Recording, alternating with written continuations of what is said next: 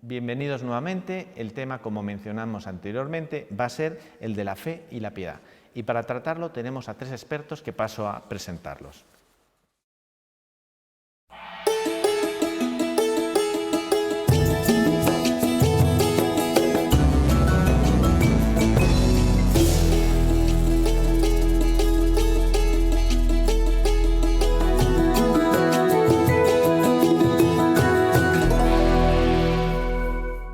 Bienvenidos nuevamente a su programa. Hoy vamos a ver la fe y la piedad.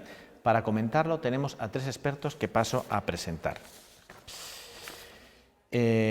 María José Suárez, profesora en letras, casada, madre de 10 hijos y abuela de 17 nietos. Profesora del IE, máster en educación familiar. Bienvenida. Elía Vargas Borges, abogada, Universidad Santa María de Caracas, Derecho Civil y Mercantil, máster en Educación por el Instituto Panamericano de Estudios de la Familia, asesora familiar del IEE, mediadora familiar y por la Universidad Internacional de La Rioja, casada y madre de 5 hijos. Bienvenida. Muchas gracias. César Basó Canelón, licenciado en Medicina y Cirugía por la Universidad Central de Venezuela, médico especialista en Medicina Familiar, Comunitaria, Urgencias y Emergencias. Doctor en Medicina por la Universidad de Oviedo, máster en Educación por el Instituto Panamericano de Estudios de la Familia de Venezuela. Casado y padre de 5 hijos. Bienvenido. Muchas gracias. Bueno, empecemos por las preguntas y empezamos por ti, Elia. ¿Qué es una virtud? Y luego, para que nos comentes, ¿qué es una virtud cristiana? Bueno, vamos a ver, una virtud. Cuando hablamos de ella, siempre decimos, bueno, ¿cómo lo ves? ¿Cómo lo ve un niño? ¿Cómo lo ve un padre? Es la repetición de actos buenos para conseguir un hábito. Y para conseguir ese hábito deben hacerse esos actos repetidos con esfuerzo. Una virtud cristiana, pues exactamente lo mismo. O sea, vamos a ver qué es lo que qué virtud queremos conseguir con ese niño, con esa persona que tiene una vida. Empezarla a enseñar una virtud desde pequeña para que con esfuerzo consiga ese hábito y luego la virtud de la piedad. O sea, a un niño le enseñamos a rezar ¿cuándo? Cuando tiene 15 años, no. A un niño le enseñamos a rezar el Jesucito de mi vida en el vientre materno. O sea, allí mismo ya empieza, me decía una vez una de mis hijas, mamá, ¿cómo es eso que tú rezas? Que es Santa María, Madre de Dios, juega con nosotros los pecadores. Le dije, no, juega no, ruega. Entonces, claro, ya lo ve como algo natural y así, de esta manera, llega a la virtud. O sea que la virtud y la virtud cristiana en el fondo es lo mismo. Claro. Porque una está basada en la ley natural y la virtud, evidentemente, cristiana es también por ley de Dios, ley natural que es creada por Dios y al final es exactamente lo mismo. Porque a veces tratan de decir, no, hay virtudes y virtudes cristianas. No, al final es lo mismo, como estabas mencionando. ¿Podría agregar algo, José por María? favor. No, algo que quería agregar es que todos los padres cristianos sabemos que nuestra vocación última es el cielo y que Jesús nos dijo, sed perfectos como vuestro Padre Celestial es perfecto.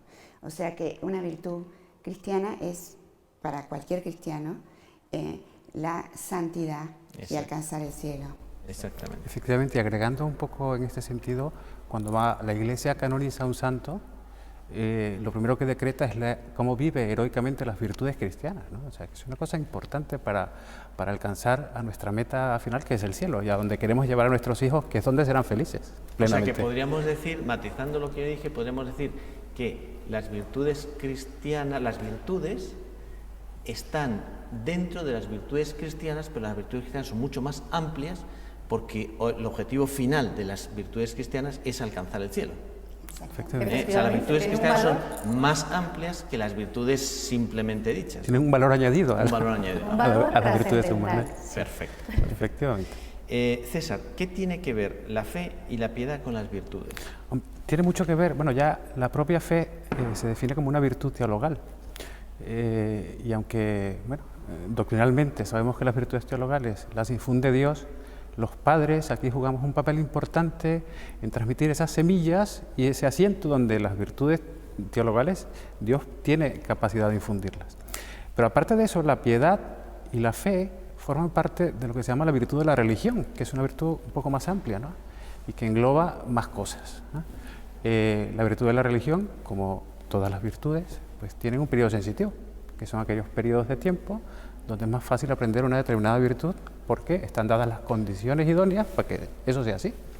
Con lo cual, tiene mucho que ver, por supuesto, la fe y la ¿Cuál virtud. sería la edad en nuestros hijos con Sí, respecto a sí. la fe y la piedad dentro de los periodos sensitivos? En función de lo que... Porque la fe y la piedad tienen diferentes facetas, ¿no?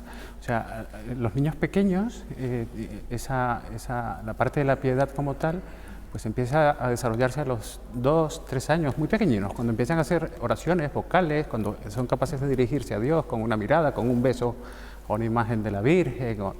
Luego, el hacer suya la fe, pues empieza a aparecer a los 6, 7 años, cuando comienza el uso de razón. Por eso la Iglesia propone esta edad como para hacer la primera confesión, la primera comunión. Es ese contacto donde los niños empiezan a vivir un poco más de cerca la fe y se consolida hacia los 14, 17 años, más o menos, ¿no? Entonces tiene varios periodos donde en uno se toma como propio la virtud y en el otro se consolida, ¿no? Los padres, yo creo que es importante que conozcamos de alguna manera estos periodos para saber dónde incidir en el momento de intentar explicar y poner el acento donde hay que ponerlo cuando queremos enseñar alguna cosa a nuestros hijos. Perfecto. Yo, justamente como añadiendo a lo que dijo César, quería decir algo, que la fe, como muy bien dijiste, es una virtud sobrenatural, junto con la esperanza y la caridad, son infundidas por Dios en el alma en el momento del bautismo. Por eso es tan importante el bautismo en los primeros días del nacimiento de un niño, porque lo estamos privando de la gracia santificante, los dones del Espíritu Santo y todo ese cúmulo de gracias, ¿no? Por eso decimos que un niño recién nacido está verdaderamente, podríamos decirlo hasta casi entre comillas, visión beatífica, porque no ha hecho ningún mal, ningún pecado y es un tesoro, ¿no? Pero lo que yo quería decir es esto: la fe es un don de Dios. Y esto nosotros los padres lo tenemos que tener muy claro, porque no es algo que nosotros podamos dar. Sí, tenemos que crear las disposiciones adecuadas para que esa fe sea más viva, más explícita y más operativa. ¿Y cómo hacerlo? Primero, rezar por nuestros hijos. Yo creo que muchos padres a veces decimos que sea sincero, que sea honesto, que sea esforzado, laborioso, y nos olvidamos de rezar por ellos. Lo más importante es tener ideales grandes. Lo importante es el cielo, ¿no? Ese para siempre, Santa Teresa, es como que lo tenemos que grabar, ese cuando Santa Teresa y Rodrigo iban a saltar el muro para ir a los moros y morir por amor a Dios, ¿no? Eso, ¿no? Primero rezar por nuestros hijos. En segundo lugar, como vos decías muy bien, César, hay que ir, a medida que los niños van creciendo, relacionar la vida de Jesucristo con la doctrina. O sea, hacer la vida de Cristo a través de la lectura de los pasajes de la Biblia, etcétera, relacionándola con su vida personal. Por eso es muy importante para mí esto de que desde pequeños conozcan la vida de Jesús, María Santísima, su madre, que conozcan aprendan a leer los evangelios. Leer los evangelios, leerlos, miren, justamente ahora hace poquito me contaba una mamá que está con sus hijos en distintas edades, desde 2 a 6 a 7 años, que había empezado a leerles la Biblia digital porque les resultaba divertida y que como que tenían que tocar, entonces aparecía el personaje más grande. Y estos son medios. Cuando nosotros hablamos en nuestras escuelas de planes de acción, tenemos que saber que hay medios. Uno de ellos es la lectura de una Biblia infantil, puede ser una Biblia digital, puede ser un CD con alguna canción, y de esa forma vamos enseñando la doctrina unida a la piedad. En tercer lugar, es muy importante que relacionen su vida cotidiana con Dios. ¿Y cómo hacemos esto? Muy sencillo. A la mañana ofrecemos el día, les enseñamos una oración sencilla: te ofrezco, Señor, este día, o cuando son un poquito más grandes, el "Oh Señora mía". Después también las distintas formas de oración: alabanza, adoración, acción de gracias a lo largo del día, petición y perdón. Las 4 formas de oración desde que son chiquitos. Miren que los chicos son esponjas y que todo lo que nosotros les decimos realmente lo viven, ¿no? Como algo maravilloso. Lo primero es eso, ¿no? Dios es nuestro Padre, es todopoderoso. Qué grandioso es al ver la belleza del sol, la luna, las estrellas. Y en eso también, como siempre decimos en estos programas, los abuelos que tienen más tiempo para contemplar tienen un papel muy importante en descubrir la belleza y la magnitud de Dios, ¿no? También la oración. El entorno familiar, ¿no? Los padres, los hermanos, los todos, abuelos. Todos. Y hacerlo de una manera coordinada. Un paseo, una visita, bueno, todos los tipos de oración, ¿no? Y por último, para no alargarme, el conocer a cada hijo para ver qué obstáculos de su temperamento pueden impedir el día de mañana una relación directa con Dios. Entonces, si yo sé que tiene un temperamento más bien iracundo, voy a ir primero rezando por él y después voy a ver qué medios pongo para ir templando ese carácter. Y ahí sí viene la unión entre la virtud y la virtud cristiana, ¿no? O sea, con estos 4 elementos creo que los padres podemos hacer mucho para crear esas disposiciones y que la fe sea más viva, ¿no? Sí, César, vamos recogiendo un poco lo que ha estado comentando Majo y concretando cuál sería el papel de los padres, del papá, de la mamá y de los hermanos con respecto a la fe y la piedad. Es muy interesante esto que planteas, porque, como dice un vocablo africano, para educar a un niño hace falta una tribu, ¿no? Es decir, todos formamos parte en la educación de nuestros hijos y en el núcleo familiar, pues todos tenemos un rol que jugar. Pero es muy importante, a mí siempre me ha llamado la atención una parte de la carta de San Pablo a los Romanos, en el capítulo 2, donde describe, hablando un poco de cómo enseñas y adoctrinas a los niños, dice: tú que predicas no robar, no robas; tú que predicas no adulterar, no adulteras. Es decir, la educación con el ejemplo, en 2 platos. Es decir, los padres, es muy importante, la fe se transmite testimonialmente y nuestros hijos tienen que ver que nosotros vivimos de fe y que nos fiamos de Dios y que tenemos confianza en que las cosas que nos ocurren vienen de la mano de Dios porque Dios quiere y cuando quiere. Con lo cual, si nos ven rezar, si nos ven asistir a misa, si nos ven frecuentar los sacramentos, si nos ven confesarnos, si nos ven comulgar con las debidas disposiciones, si nos ven acercarnos a Dios, si nos ven rezar el rosario, todo esto va transmitiendo de alguna manera, esto es importante. Los hermanos mayores juegan un papel, también un rol, porque de alguna manera, bueno, los menores y a veces los pequeños, que también pues en algún momento... Es el ejemplo pues, que siempre hablamos, ¿no? Yo pensaba en la coherencia, ¿no? Claro. Dices la virtud de la coherencia y la virtud de la coherencia cristiana. O sea, son las reacciones. O sea, es que hay un problema en casa y ¿qué hacemos? Pues mira, vamos a rezar y vamos a buscar soluciones. Y es que suspendiste un examen, pues mira, vamos a rezar, pero vamos a estudiar. O sea, la virtud cristiana no va desligada de las virtudes humanas, ¿no? Para ser buen dentro de la cristiano, conversación es llevarlo a la oración. Por ejemplo, a ver de qué manera Dios te puede iluminar para que puedas estudiar más. Efectivamente, piensa cuál es el obstáculo que tienes, que no te levantas a la hora. O sea, piénsalo y piénsalo con Dios. Claro, que te tiene que ver a ti haciendo lo mismo. Efectivamente. Rezando, haciendo meditación, levantándote a la hora, esforzándote. O por lo menos luchando por hacerlo, porque a veces no lo conseguimos, y entonces, pero que se note que hay una lucha, que no es una pasividad donde ya me he dado por vencido y donde ya no rezo porque para qué, sino que no, que nos ven que hoy tal, mañana lo intento, hoy vuelvo a intentarlo. Mira, perdón. Sí, quería rescatar algo de lo que dijiste que me parece muy importante, el papel del papá varón rezando, para que el hijo no piense que es algo de mujeres y de niños.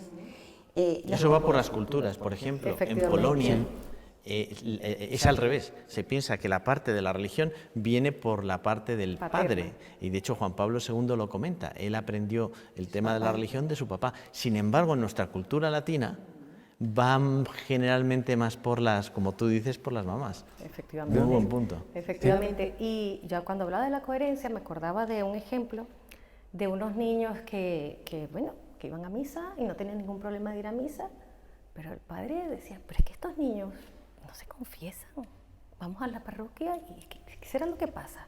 Decir, bueno, haremos algo, vamos a explicárselo, vamos a contárselo otra vez, porque todos han hecho la primera comunión, ¿no? Y nada, la madre un sábado le dijo, bueno, con toda la naturalidad del mundo, mira, a ver, que mañana hay que ir a misa y ¿qué pasa? Que hay que comulgar en gracia de Dios y entonces es importante confesarse.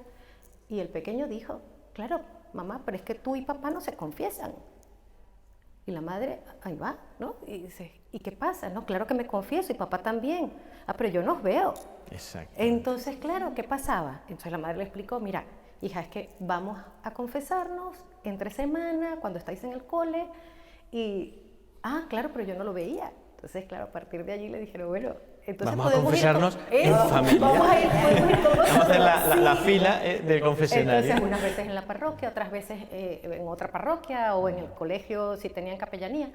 Pero es que es importante el ejemplo. O la misa, no llegar tarde a misa. Bueno, o sea, lo de la misa, o sea, el estacionar, porque es que claro, es que tengo que llegar, o sea, llegar a misa puntual, es que bueno, esto es como que la lucha de cada domingo, es llegar 5 minutos antes y estar sentado, o sea, no llegar a las...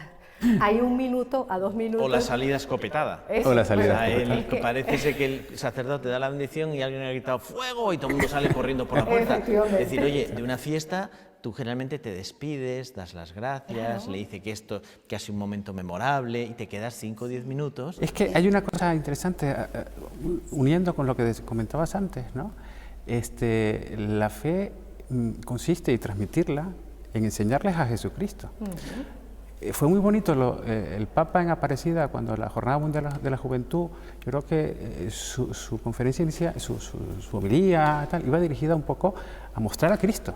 O sea, mostrar la centralidad de Jesucristo, como enamorarnos de Jesucristo, conocer a Jesucristo, tal. Y yo creo que como padres lo que tenemos es que tender a eso, ¿no? A enseñarles que ir a misa es necesario, es bueno, es un mandamiento de la Santa Madre Iglesia y tal, pero vamos a misa a encontrarnos con Dios. Y cuando transmitimos eso, y ellos son capaces de entender que vamos a misa a encontrarnos con Dios y a tratar a Dios, entonces hemos conseguido por lo menos una partecita, que es ponerle de cara a cara, tú con Dios, para que le digas, para que le preguntes qué quieres que haga, qué tengo que hacer, cómo mejoro con este carácter, cómo mejoro con este trato con mi papá, con mi abuela, con mi hermano. Me hace acordar de unos padres, porque cuando esto hay que empezarlo desde muy niños, cuando son muy chiquitos, a que se hagan el hábito de ir a misa, como que es un día de fiesta, ¿no? Así como uno se arregla para ir a una reunión o lo demás, que se pongan un buen vestido a las niñas o que vayan bien arreglados. Bueno, había un matrimonio que tenía chicos muy chiquitos, de 2 a 4 años, y llevaban siempre a sus hijos a misa. Entonces ya empezaban el sábado a la tarde a hablar un poquito de cada parte de la misa. Incluso hay una película muy linda que deben haberla visto, El Gran Milagro, que está en dibujos animados, y la mamá iba poniendo cada domingo una partecita de la película y les explicaba la parte esa de la misa, y cuando llegaban les decían, mira, acá es la liturgia de la palabra, acá está el sacerdote diciéndonos, es como si estuviera Jesús diciéndonos algo, está hablando Jesús, acá es el momento del ofertorio, ofrezcamos nuestras cosas a Jesús. ¿Repite el nombre de la película? Para que nuestros El Gran Milagro. Y está disponible en YouTube. En YouTube. Sí, yo creo que sí. Y que Sí, está disponible. Porque es que me parece una magnífica idea. Es magnífica, además está hecha en dibujos animados en torno a la Basílica de Guadalupe. Es preciosa. O sea, que sería utilizarlo niño, con los niños, sobre todo si son pequeños, para explicarles toda la misa, la liturgia de la misa. Toda la liturgia de la misa. Y además, de esa manera, también tendríamos un medio, ¿no?, más para un plan de acción. Es que eso sería un plan de acción, efectivamente. Mira, hay una parte dentro de la explicación allí que aparece una persona que se va a confesar y pasa la tentación por delante, el demonio hecho persona, ¿no? Entonces también se ve como la persona No va. rechaza, no va, se queda, pero es tan bonito como va explicándolo todo a niños y adultos que, bueno, esto quien lo ve dice, además la comunión de los santos, como se ve explicada en esa parte, cómo la iglesia se une, la iglesia triunfante aparece, o sea, es una cosa preciosa, de verdad que yo la recomiendo totalmente, es muy bonita. ¿Cómo vivir los tiempos, ya que estamos hablando de la misa, cómo vivir los tiempos litúrgicos en familia? Bueno, pues mira, la verdad que es una forma de llevar a los hijos por el camino de Jesús, ¿no? Entonces, los tiempos fuertes, que son el Adviento y la Cuaresma, pues es una manera de prepararlos para, ¿no? Entonces, empezamos a prepararnos con el Adviento, por ejemplo. ¿Cómo se prepara el Adviento en familia? Pues empezamos, ¿no? ¿Qué vamos a hacer? ¿Qué podemos ofrecer? ¿Qué quiere Jesús de nosotros? ¿Qué espera de nosotros? Porque todos estamos expectantes a los regalos, entre comillas, ¿no? Pero ¿y nosotros qué vamos a regalar? Entonces, es empezar poco a poco. Yo recuerdo, asesorando familias que tienen unos planes de acción increíbles, unos que iban colocando lo que hacían en nubes, ¿no? Entonces iban poniendo nubes, otros ponían estrellas, otros ponían paja en el pesebre, o sea, ya empezaban a prepararse desde las 4 semanas antes a la Navidad, y de esta forma vivían y les leían partes de los evangelios, ¿no? Entonces decía, y la Virgen está encinta y tendrá un hijo que se llamará Jesús, parte fuerte. Llegamos a la Navidad, parte de celebración, ¿no? Entonces, fiesta, de verdad, pero ¿Tenéis fiesta. algún plan de acción que esté relacionado con el tiempo litúrgico? Sí, yo tengo un plan de acción de una mamá que vive al sur, muy al sur de la Argentina, en la Patagonia. Eso es al sur, ¿eh? Bueno, está en Tierra del Fuego. Y a mí me emocionó mucho ese plan de acción porque ella estaba embarazada también, esperando su 4.º hijo, y les dijo a sus chicos, miren, vamos a hacer una cosa, el objetivo es esperar a Jesús, hacerle un regalo de Navidad a Jesús. Entonces no va a haber regalos de Navidad. Claro, imagínense los niños, aparte que están todos con que Papá Noel, qué sé yo, no va a haber regalos, no, van a ser para Reyes. Nosotros, toda la familia, vamos a hacer un regalo a Jesús. Entonces hicieron todos un pesebre, se fueron a... O sea, sí van a haber regalos, pero el Día de Reyes. Y pero el de Navidad era el regalo para el bebé Jesús. Claro, el bebé, y le dice, fíjate vos, ¿cómo se sentiría Jesús? Si ahora fuera su cumpleaños y nadie le regalara nada. Es más, se regalara entre los y entiendo cómo todo el mundo se regala. Esa motivación, esa fue la motivación, ¿no? ¿Cómo te sentirías vos si en el día de tu cumpleaños nadie se acuerda de vos y todo el mundo se regala cosas? Todos vamos a hacer regalo a Jesús, que es el día de su cumpleaños. Y entonces cada uno ponía en un papelito el regalo que había hecho para ese día. Y finalmente, el día de Navidad, además prendían la corona del viento cada semana. Y bueno, así el día de Navidad abrieron la cajita que era el tesoro de todos los regalos que la familia le había hecho a Jesús. Muy bonito, muy bonito. Una cosa que me gustaría, Majo, que profundizaras era en el papel de los abuelos, desde el punto de vista de la fe y la piedad, porque tenemos muchas historias en las cuales la abuela principalmente, no nos vamos a quitar aquí, la abuela principalmente es el cordón umbilical de la transmisión de la fe en los momentos más difíciles. Y vemos el caso de Rusia, vemos el caso de Cuba, vemos el caso de muchísimos países donde se ha atacado la Iglesia y han sido las abuelas las que han mantenido el estandarte de la fe. ¿Qué puedes contarnos? Y con 17 nietos podemos escuchar. Mira, lo más lindo de los nietos es cómo uno ve que son esponjas y que disfrutan de conocer la vida del Señor, cómo cada detalle, cómo siguen atentos. Y a mí me dicen, a mí me dicen, pero a cualquier abuela, vamos a ver cómo fue la noche de la Navidad. Pero lo más importante es la transmisión de las costumbres, la fiesta de Corpus Christi, la fiesta de Navidad, el mes de María, vivir esas tradiciones cristianas que se pierden y sobre todo enseñarles a vivir el dolor de la familia. Hace poquito se murió un amigo nuestro que es abuelo, ¿no? También de como 17 nietos, Y a mí me emocionó ir a ese entierro, porque eran canciones, Jesucito de mi vida, Ángel de mi guarda, los niños cantando, rezando, y la canción que es el salmo que se hizo en esa misa de cuerpo presente fue Vida en abundancia. Y a mí me emocionó pensar qué corona para ese abuelo que llegaba al cielo. O sea, no hay excusa para los abuelos a la hora de la responsabilidad en la transmisión de la fe a los nietos. No la hay. Inclusive es una ayuda extraordinaria para los padres, ¿no? Bueno, ya tenemos que terminar. Muchísimas gracias por todas vuestras aportaciones. Seguiríamos hablando, pero bueno, lo que nos toca. Ahora, yo siempre recomendamos en estos capítulos un libro en el cual pueden profundizar si quieren. En este caso, vamos a proponer el de Alfonso Aguiló, Interrogantes en torno a la fe. Es de la colección Hacer Familia, de la editorial Palabra. Bueno, pues nada, como siempre, nos despedimos dándoles las gracias por el tiempo que han estado con nosotros y recordándoles que el primer apostolado es con nuestros hijos y que tenemos para ello que conocer, vivir y defender la fe. Queramos mucho a la Santa Madre Iglesia y recemos mucho por el Papa. Hasta la próxima.